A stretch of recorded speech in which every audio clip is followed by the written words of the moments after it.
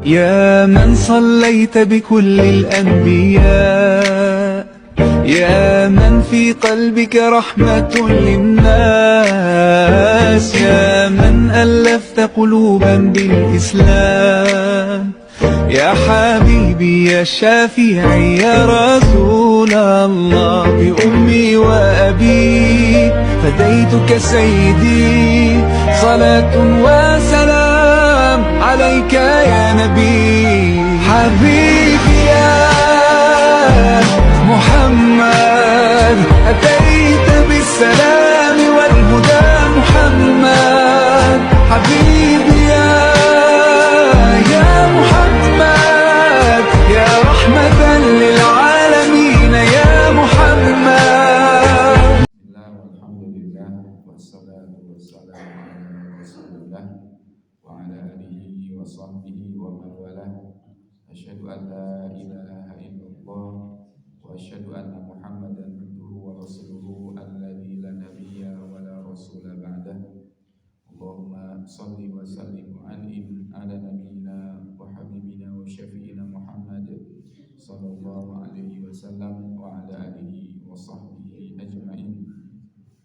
Allahumma faqihna fid din wa 'allimna at-ta'wil. Allahumma arzuqna ilman nafi'an wa rizqan wasi'an wa 'amalan mutaqabbalan. Allahumma inna na'udzubika min 'ilmin la yanfa' wa min qalbin la yakhsha' wa min qalbin la yakhsha' wa min 'ainin la tadma' wa min du'ain la yustajabu laha. Alhamdulillah, Bapak Ibu yang dimuliakan oleh Allah Subhanahu wa taala, jamaah Masjid Sabilul Muttaqin.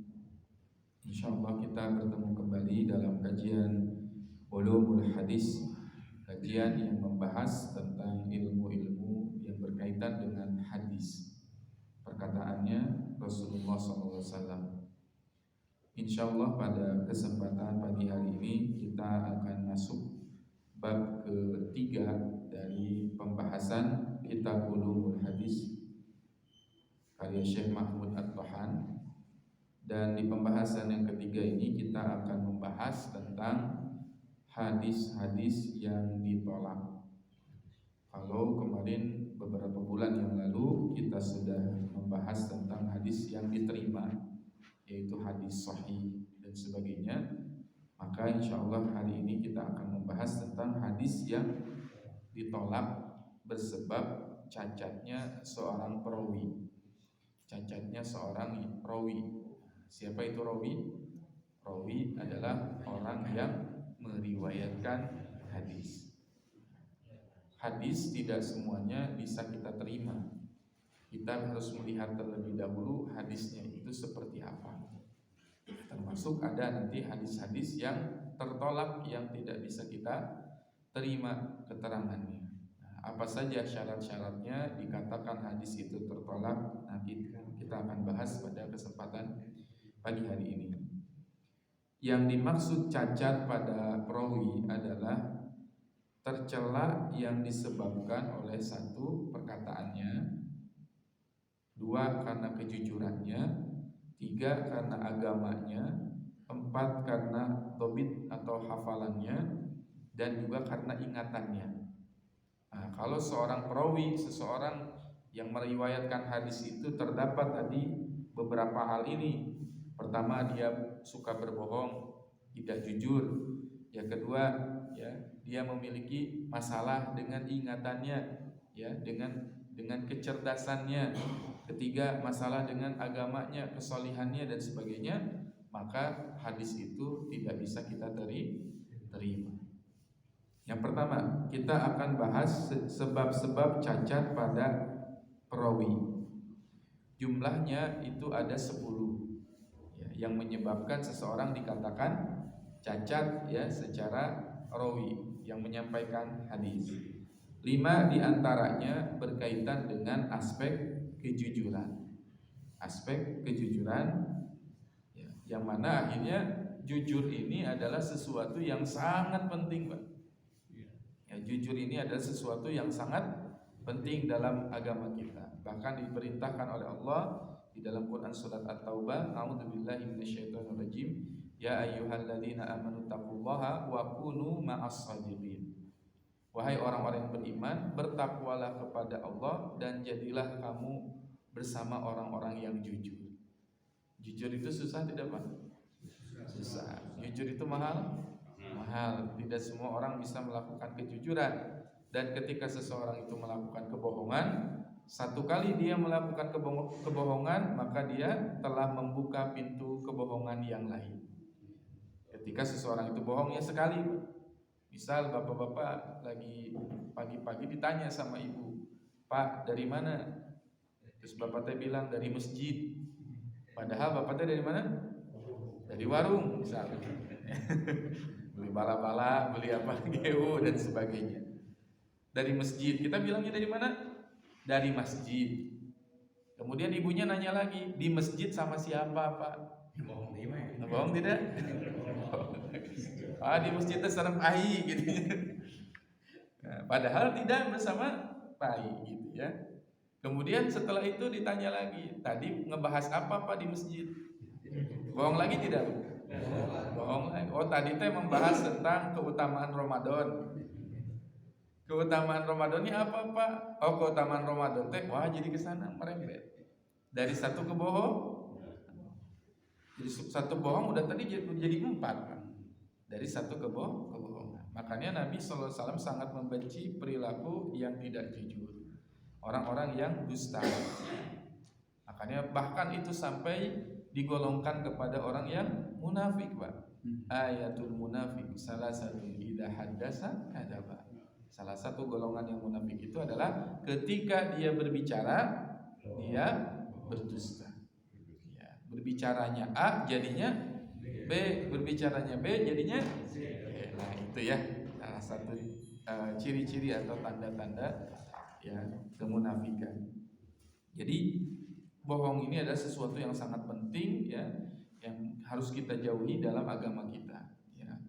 Yang pertama, cacat yang berkaitan dengan kejujuran yang jelas yang pertama adalah dusta. Ya, seseorang berdusta, berbohong atas nama Nabi SAW.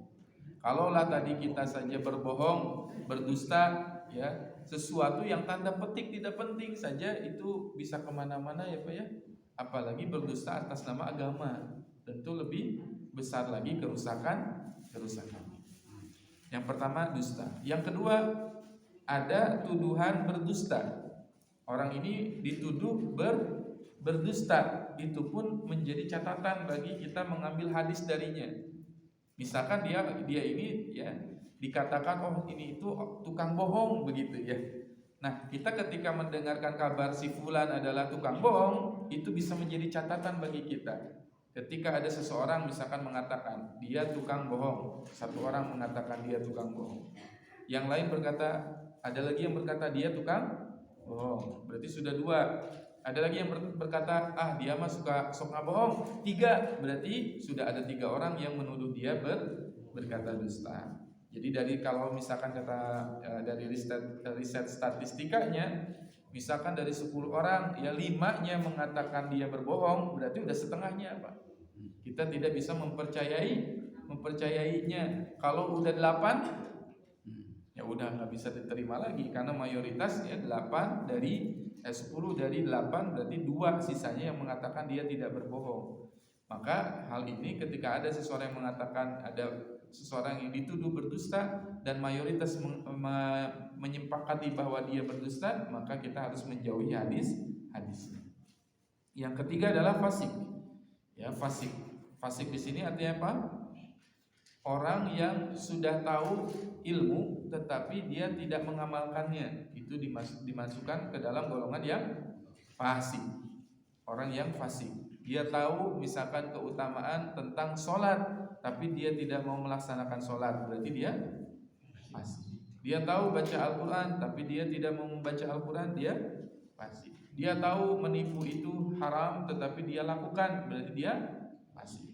Sehingga pernah suatu ketika ada seorang ulama hadis yang ingin mencari hadis, ya, mendapatkan satu hadis. Dia rela menempuh jarak 4 bulan, menempuh waktu 4 bulan, jaraknya sangat jauh untuk mendengarkan satu Satu hadis.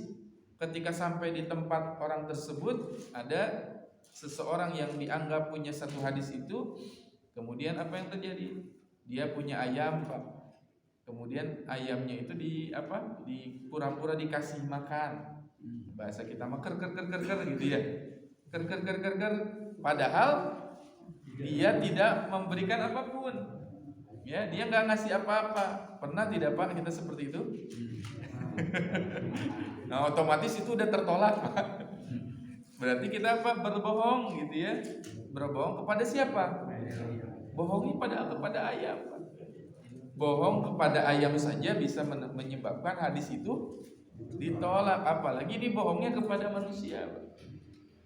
Apalagi bohongnya kepada misalkan ya 250 juta orang Indonesia.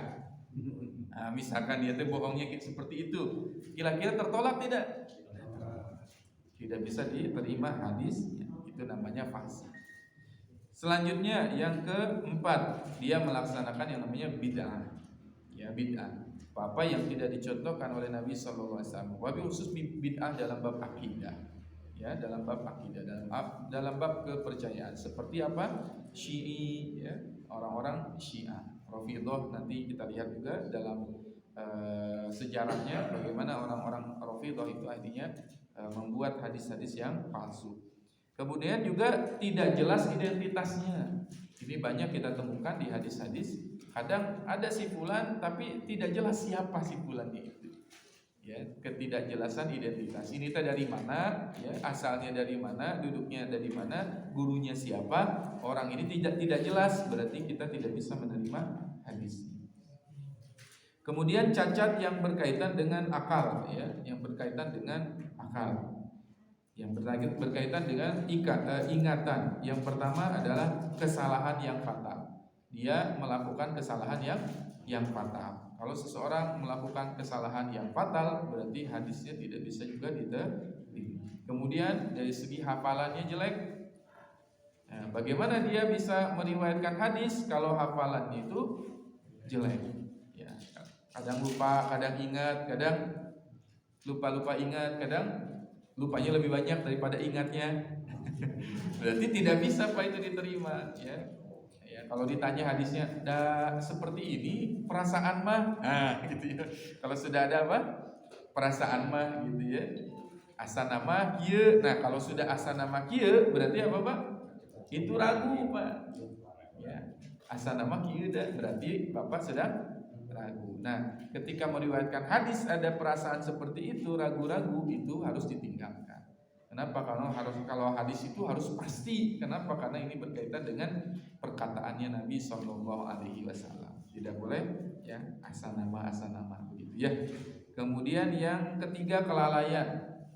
Karena faktor kelalaian. Misal seseorang itu lalai ya, dalam menyimpan catatan hadisnya, itu sampai bisa ditolak hadis. Misal saya punya buku, di buku ini saya mencatat semua hadis-hadis yang diriwayatkan oleh Nabi. Karena pada saat itu Pak tidak ada internet ya Pak ya, tidak ada handphone. Zaman dulu mah nggak bisa langsung kita ketik Google, nggak bisa. Ya, mengandalkan apa? Catatan dan pengumpulan data. Zaman dulu kan untuk menulis juga susah, kertas itu mahal harganya, ya susah didapatkan. Kemudian untuk menulis tidak semua orang juga bisa menulis. Kemudian ada orang bisa mengumpulkan hadis dengan perjuangan, tapi di tengah-tengah jalan dia misalkan dia lupa menyimpan buku catatannya. Di mana buku catatan hadis saya? Maka itu bisa tertolak hadisnya. Ya. Kalau Bapak sudah berapa kali lupa menyimpan kunci motor? Kita berapa kali Pak? Sering nggak? Kalau udah sering nggak bisa Pak diterima hadisnya, otomatis gugur itu. Lupa nyimpen apa, lupa nyimpen barang dan sebagainya, itu bisa menurunkan derajat hadis seseorang, bahkan bisa tertolak. Lalai dalam segi apa? Misal juga ada sampai kepada kelalaian yang sifatnya bukan karena dirinya pribadi. Contoh misal ada seseorang yang dia mengumpulkan hadis, sudah sangat banyak hadisnya, satu ketika rumahnya kebakaran Pak. Rumahnya kebakaran. Rumah kebakaran gara-gara siapa Pak? Ya bisa jadi bukan gara-gara dia kan. Bisa jadi karena apa? Misalkan menyalakan api dan sebagainya sehingga akhirnya terbakar, sehingga akhirnya catatan hadisnya itu hilang, maka pada saat itu dia dikatakan dia sedanglah padahal dia sudah mengumpulkan banyak hadis dan dia juga ingat misalkan sebagian hadis, tapi kan yang tercatat dengan yang diingatan kadang berbeda sehingga kendati pun itu faktornya faktor force major ya, faktor apa bencana begitu, kalau dia tidak apik dalam menyimpan apa catatan hadisnya, itu bisa menurunkan kepada derajat hadisnya. Kemudian banyak ragu-ragu tadi ya, dia kadang ragu, kadang tidak, kadang seperti ini atau tidak ya, seperti ini atau tidak, itu banyak ragu. Dan kemudian hadisnya menyelisihi pendapat yang kuat. Jadi ada hadis yang dia tuh berselisihan dengan hadis yang kuat. Ya, hadisnya kuat ya, sahih, tapi dia mengatakan sesuatu yang berbeda dari kebanyakan mayoritas ulama. Berarti hadisnya pada saat itu bisa kita tolak. Baik, ini macam-macam sebab-sebab rawi ditolak hadisnya. Kenapa sih Ustadz kita sampai ketat seperti ini gitu ya? Sampai 10 gitu kriterianya itu. Dari segi kejujuran, dari segi apa? Ya pirage dalam bahasa Sunda Maya, ngabobodo hayam, tapi bisa tertolak hadisnya. Kenapa? Karena begitulah agama menjaga, begitulah sanad menjaga, begitulah apa? Aturan agama. Jadi membuat agama Islam ini menjadi agama yang murni, Pak. Coba kalau tidak ada aspek seperti ini, tidak ada sesuatu yang ketat seperti ini, tentu semua orang akan berkata, "Dapultu man syaa ma syaa." Siapapun akan berkata seenaknya, Pak. Sekarang saja ya sudah jelas misalkan panduannya ya dari hadis, panduannya, kriterianya dalam ya kita melihat ya hadis itu seperti apa, diterima atau tidak, sudah ada panduannya saja banyak orang-orang yang sesat, banyak orang-orang yang apa berkata seenaknya, apalagi kalau tidak ada itu ya udah bebas agama itu, yang ini berkata ini, yang ini berkata itu, tidak ada panduan atau tidak ada pedomannya. Akhirnya Islam tidak lagi menjadi agama yang murni, tapi dia menjadi agama yang tercampur ya, tercampur aduk. Itu pentingnya akhirnya kita bersyukur ada satu ilmu ini yang dengannya kita bisa mengetahui mana hadis yang diterima, mana hadis yang bisa kita tolak. Baik. Yang pertama, nah ini hadis yang pertama yang berkaitan dengan hadis yang tertolak karena rawinya berdusta atas nama Rasulullah Sallallahu Alaihi Wasallam. Berarti ini hadisnya apa? Hadis dusta. Hadis yang berdusta atas nama Nabi atau hadis bohong yang disebut dengan hadis al-maudhu. Hadis apa? Maudhu. Hadis maudhu itu hadis bohong ya, hadisnya dusta, tidak bersumber dari Nabi Sallallahu Alaihi Wasallam. Secara bahasa maudhu itu berasal dari kata wadoa. Wadoa itu artinya menyimpan, meletakkan. Kenapa menyimpan dan meletakkan? Hadis maudhu dikatakan kita meletakkan sesuatu atau menyimpan sesuatu saking ini tidak bisa kita terima, Pak. Disimpan saja, udah abaikan saja, diletakkan saja, tidak usah kita amalkan.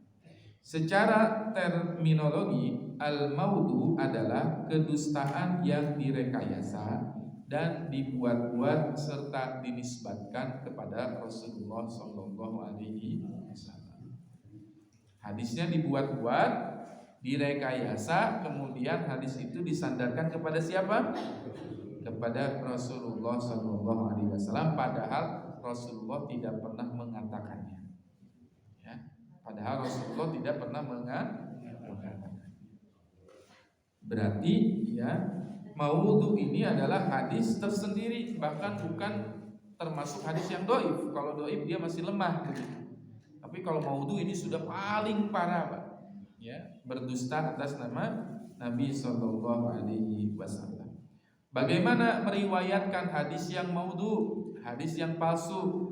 Para ulama sepakat bahwasannya tidak boleh bagi seseorang meriwayatkan hadis yang palsu, kecuali dijelaskan kepalsuannya. Kita menjelaskan kepalsuan sebuah hadis boleh, tapi kalau kita tidak ada dalam rangka itu, tidak boleh kita meriwayatkan hadis yang maudhu, hadis yang palsu. Kenapa tidak boleh, Pak? Ada hadis dari Nabi, satu hadis dari Nabi, man haddasa anni bihadisin yura annahu kadhibun fahuwa ahadul kadhibin.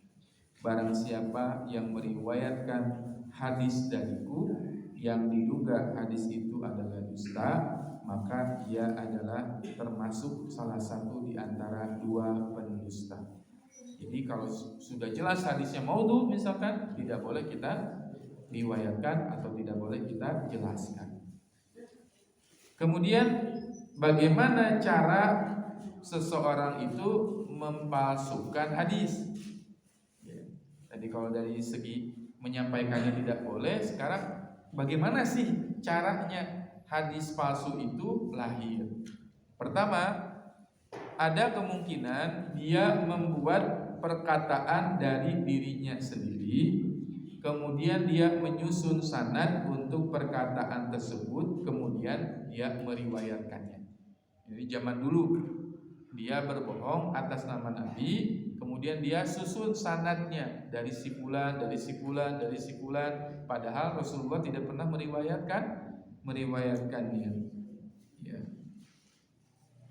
Sering kita dengarkan atau sering kita misalkan naudzubillah min dzalik menjadi orang-orang yang memasukkan hadis. Misal ada seseorang yang berkata, ya, lakukanlah sebuah amalan ini, ya, maka kamu akan mendapatkan pahala begini, begini, begini. Padahal Nabi pernah meriwayatkannya tidak? Tidak, misalkan. Padahal Nabi pernah menganjurkannya tidak? Tidak, berarti dia sedang berdusta atas nama Nabi Shallallahu Alaihi Wasallam. Ya, dia berdusta atas nama Rasulullah Shallallahu Alaihi Wasallam. Kemudian juga yang kedua, bisa jadi kata para ulama, dia mengambil perkataan ahlul hikmah, dia mengambil hikmah dari seseorang atau mendapatkan ilmu, ya. Kemudian dia menyusun sebuah sanad dan menyampaikan ini hadisnya dari Nabi, padahal bukan dari Nabi. Isinya baik, terlihatnya baik, tapi bukan bersumber dari Nabi. Contoh, sering kita mendengar sebuah hadis, qala Rasulullah sallallahu alaihi wasallam, an-nadhafatu minal iman. Pernah dengar tidak, Pak? Kebersihan sebagian dari iman. Itu hadis bukan? Banyak yang menganggap itu hadis, padahal bukan bagian dari hadis. An-nadhafatu minal iman itu adalah bahasanya mah kata-kata mutiara Arab, Pak. Peribahasa kebersihan sebagian dari iman, itu namanya bukan hadis, tapi terkenalnya gimana? Hadis tidak? Hadis. Nah, ketika kita mengatakan qala Rasulullah sallallahu alaihi wasallam an-nadhafatu minal iman, berarti dia sedang berdusta. Kenapa dia berdusta? Rasulullah tidak pernah mengatakan itu. Yang ada gimana, Pak? Bukan an-nadhafatu minal iman, adanya adalah at-tahuru syatrul iman. At-tahuru syatrul iman. Apa itu at-tahuru syatrul iman? Kesucian sebagian dari iman. Beda tidak kebersihan sebagian dari iman dengan kesucian sebagian dari iman? Beda. Tahur dengan sekedar bersih, makanya kita nanti ada bab toharoh, kan, Pak? Bersuci. Bukan sekedar kita membasuh wudu itu kan, membasuh tangan, membasuh kaki, membasuh muka, tapi tujuan bukan bersih-bersih saja. Kalau tujuan wudu itu hanya bersih-bersih, orang kafir pun bisa melakukannya, Pak. Dulu waktu zaman Covid kan, kita harus mau masuk ke masjid harus apa, Pak? Cuci tangan gitu ya, cuci kaki gitu kan, itu bersih-bersih. Ya. Tapi kita at-tahuru itu bukan hanya membersihkan dari kotoran yang melekat pada badan, tapi hati pun dibersihkan. Ya, rohani pun dibersihkan. Makanya nanti diperintah qiyamul lail, ya, dalam surat Al-Mudatsir, Nabi SAW diperintahkan wasiyabaka fatahhir, dan pakaianmu bersihkanlah. Maksudnya pakaianmu bersihkan apa? Pertama, pakaian dari segi zahirnya yang terlihatnya dibersihkan. Kalau kita mau sholat, bersihkan pakaian. Pakai baju yang baik, terbaik, begitu ya, yang wangi, yang bersih, begitu. Kalau mau qiyamul lail teh, jangan pakai baju yang bekas tidur. Ya, ibu-ibu ya, daster bekas tidur dipakai qiyamul lail, wah bekas acai gitu. Bekas apa air liur jadi bau ya. Makanya gimana bagusnya bersihkan. Siabaka fatohir, zahirnya baju kitanya ganti dengan yang bersih, yang wangi, yang baik. Kemudian batinnya, jiwa kitanya yang dibersihkan, hati kita juga dibersihkan ketika kita mau qiyamul lail, begitu ya. Jadi wasiyabaka fatohir, kebersihan itu, kesucian itu bukan hanya dari segi aspek zahirnya saja, tapi batinnya pun dapat gitu ya. Jadi an-nadhafatu minal iman, bukan hadis ya. Hati-hati nanti kalau kita ada anak kecil, cucu kita bilang an-nadhafatu minal iman gitu ya. Kebersihan bagian dari iman ya, padahal bukan dari Nabi sallallahu alaihi wasallam ya. Yang dari nabinya adalah at-tahuru syatrul iman. Baik. Kemudian bagaimana cara mengetahui hadis palsu? Nah, sekarang supaya kita tahu ya, cara mengetahui hadis palsu itu seperti apa. Yang pertama ya, satu, ada pengakuan dari pemalsu atas apa yang dia palsukan. Ya, ini agak repot Pak. Yang pertama ya, kita mengetahui sesuatu hadis itu palsu ketika yang memasukkannya ngaku. Nah, dia terang-terangan ngaku saya tuh memasukkan hadis begitu. Kira-kira kalau gitu mah udah jelas Pak, dianya sendiri yang mengakui. Contohnya siapa? Nanti ada pengakuan dari Abu Ismah Nun bin Abi Maryam. Dia mengaku bahwasannya dia memasukkan hadis yang berkaitan dengan hadis yang bersumber dari Ibnu Abbas mengenai keutamaan surah-surah dalam Al-Quran. Itu ada ya. Misalkan keutamaan surat ini mampu membaca seperti ini. Baca surat ini keutamaannya maka akan mendapatkan ini gitu ya. Nah, itu adalah hadis-hadis yang palsu yang berkaitan dengan keutamaan surat-surat tertentu. Contoh yang sering familiar kita dengarkan adalah hadis tentang keutamaan membaca Al-Waqiah setiap hari, nanti datang rezeki. Benar tidak Bu?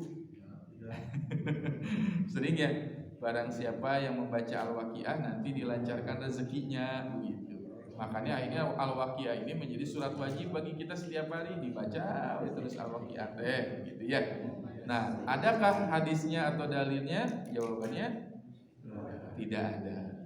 Nah, kenapa bisa mengatakan Al-Waqiah itu membuka rezeki, Pak? Ya, kalau hadis tidak ada. Al-Waqiah membuka rezeki, membuka pintu rezeki. Bahkan sampai suka dirutinkan begitu ya. Ustaz, saya mah mun salat dua teh waqiahan gitu ya.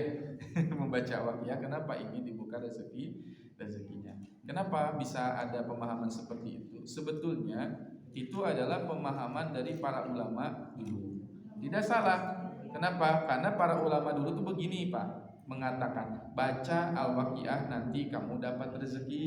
Rezekinya apa? Lihat dalam Quran surat Al-Waqiah itu. Fala uqsimu bimawaqi'in nujum wa innahu laqasamul law ta'lamuna 'azim innahu laqur'anun karim fi kitabim maknun la yamassuhu illal mutahharun.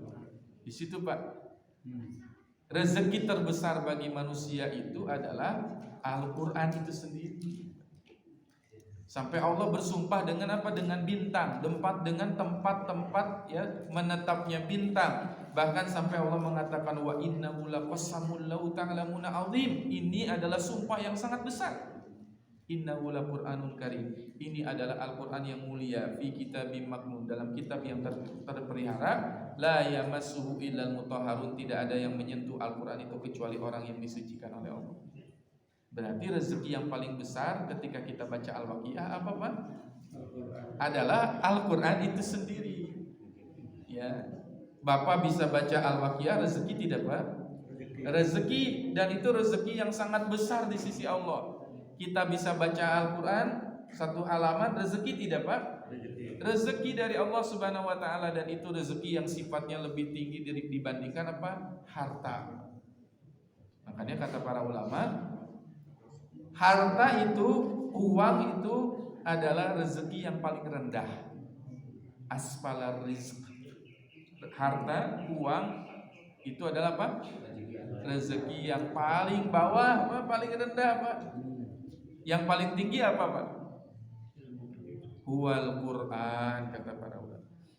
Rezeki yang paling tinggi adalah Al-Quran, sehingga disebut sebagai rizkun karim. Rezeki yang karim, mulia. Sehingga kalau Bapak bisa baca Al-Quran, Bapaknya dapat rezeki, Pak, sebetulnya. Rezeki yang sangat besar di sisi Allah Subhanahu wa taala, yang lebih mahal daripada apapun. Yang dalam Quran surat Yunus ayat 57, qul bi fadlillahi wa bi rahmatihi fa bidzalika falyafrahu huwa khairum mimma yajma'un. Al-Quran itu kata Allah lebih baik daripada yang manusia kumpulkan berupa harta.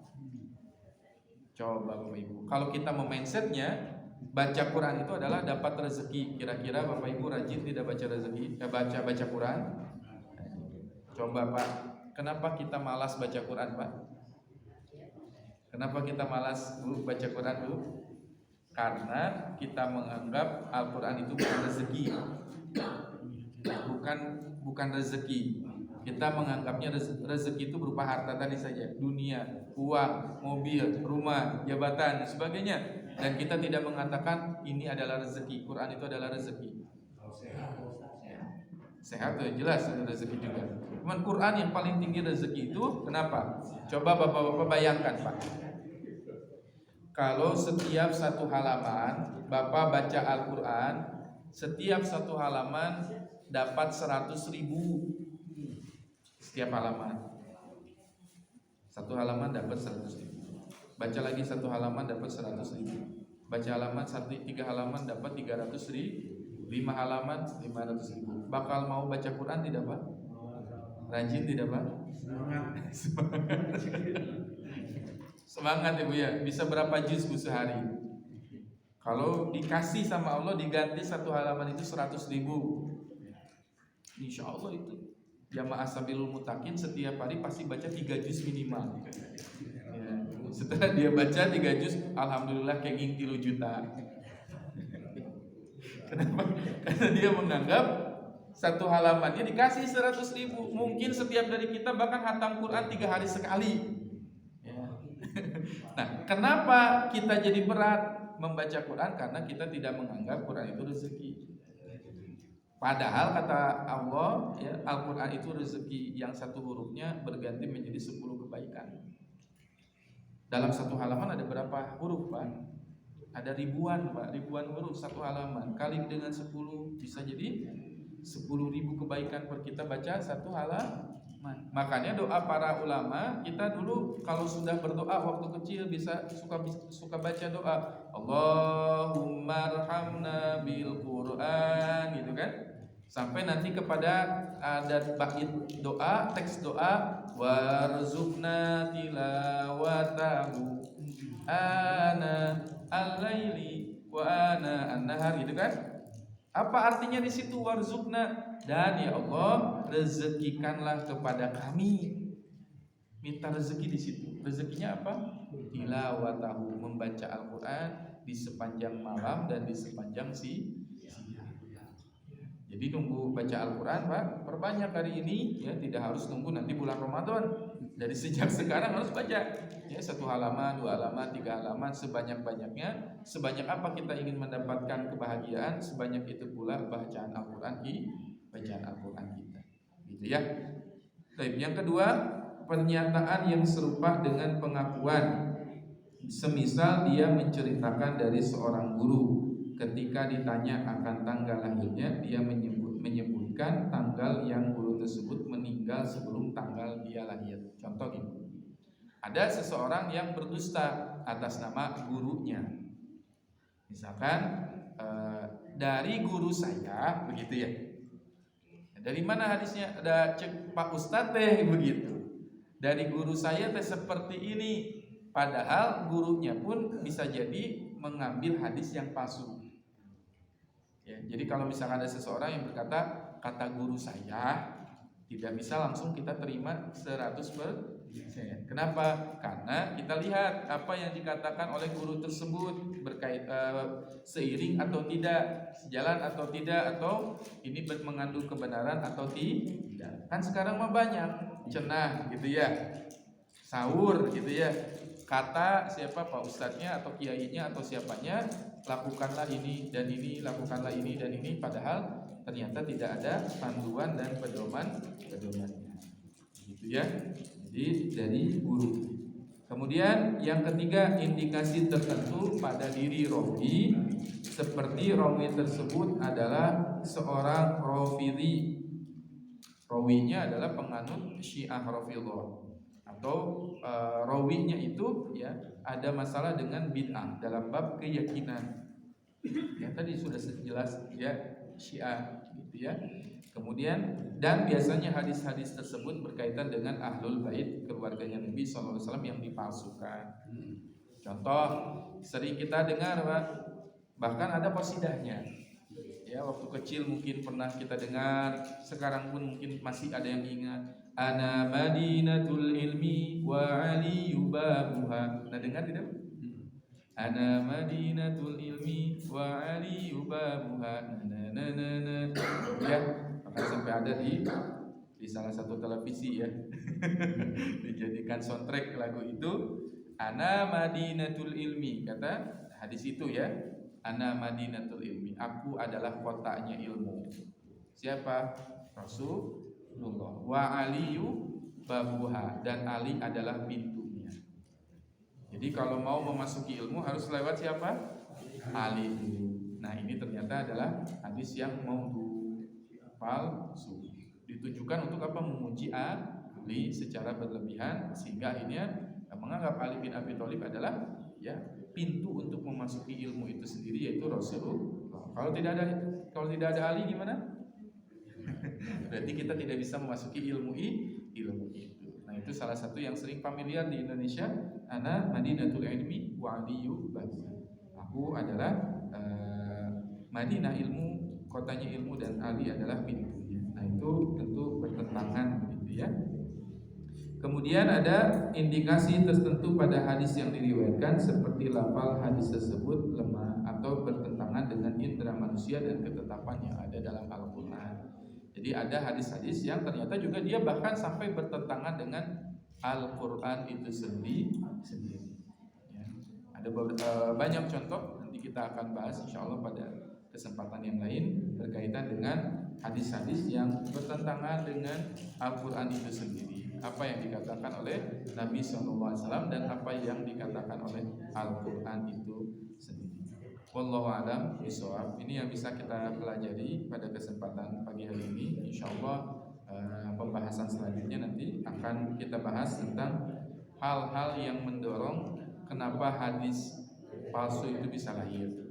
Hal-hal yang mendorong pemalsuan hadis itu bisa lahir. Di sini ada beberapa aspek, 6 hal yang menyebabkan hadis palsu itu muncul, yang kalau kita bahas tidak akan selesai pada kesempatan pagi ini. Wallahu a'lam bishawab.